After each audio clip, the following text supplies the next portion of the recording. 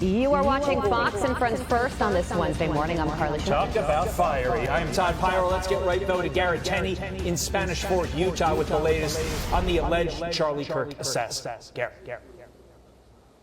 Hey, good morning, y'all. Yeah, this was a really interesting day yesterday where we learned a lot of new information on this case, and we also saw the suspect for the first time appear in court.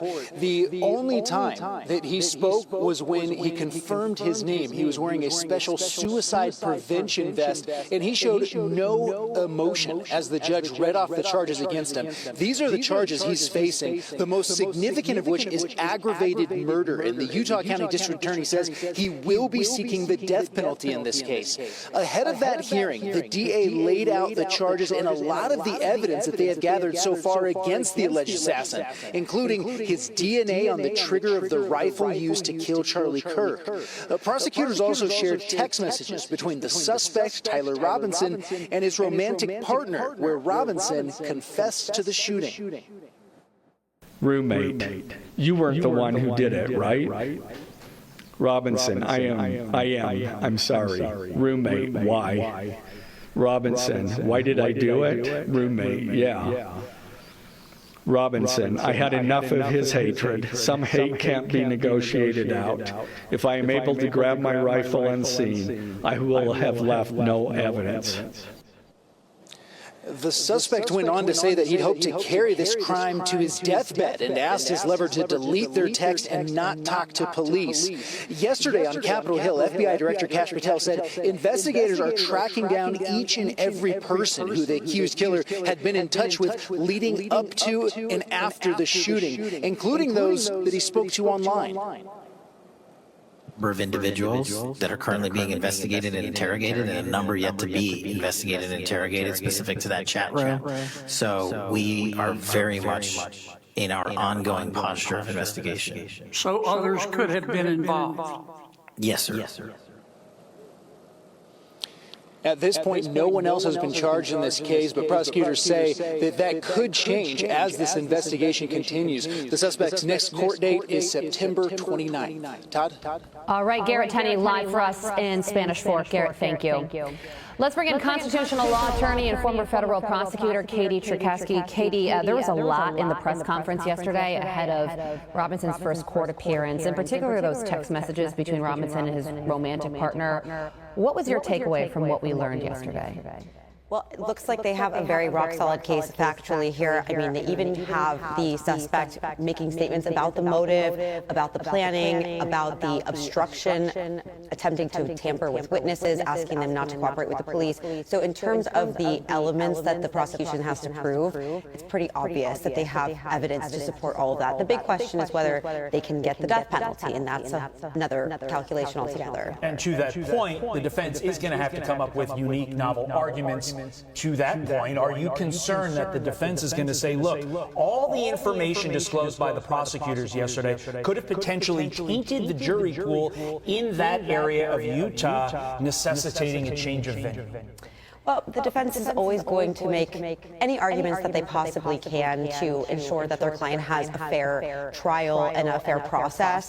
I do not think that this information is going to be enough to change the venue. There's always going to be people that are in a local area that may or may not be following something very closely. Some people don't even follow local news that closely. So that's a hypothetical that is possible, but I don't think it's a real significant concern, and there's still an ongoing investigation. Yeah, you know, I wanted to ask you about that as well. I mean, you go back to the text messages, the Discord messages admitting to this assassination, the picture of the letter that he apparently wrote his romantic partner saying, I did it, I'm going to do it. What could the defense possibly be?